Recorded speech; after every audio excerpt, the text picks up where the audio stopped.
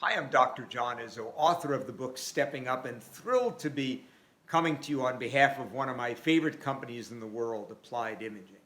Now, today I'd like to give you a simple idea. We are what we expose ourselves to.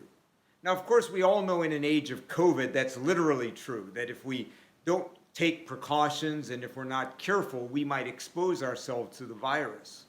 But I'd suggest it's also true in terms of our hearts and our minds. In order for us to stay at our best, we have to be careful what we expose ourselves to in three areas.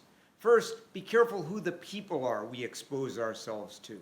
Think about who are the people in your life that when you talk to them, you become more positive and optimistic.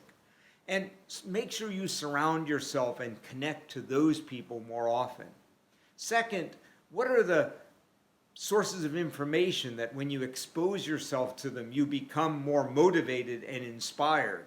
For example, early on in the pandemic, I found I was watching too much of the cable news networks, and I found myself just unmotivated and uninspired. So I started thinking, what are the places that I go to that make me more motivated and more inspired? And I found that watching the business news was a better source for me, because I found they talked more about solutions and potentially how we could solve problems instead of just about the problems. And I found myself more motivated and more inspired by watching that information.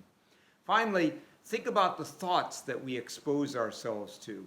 It's so easy in a time like this to allow negative thoughts to come into our mind, discouraging thoughts. And while they may be natural, we can ask, is that thought my friend?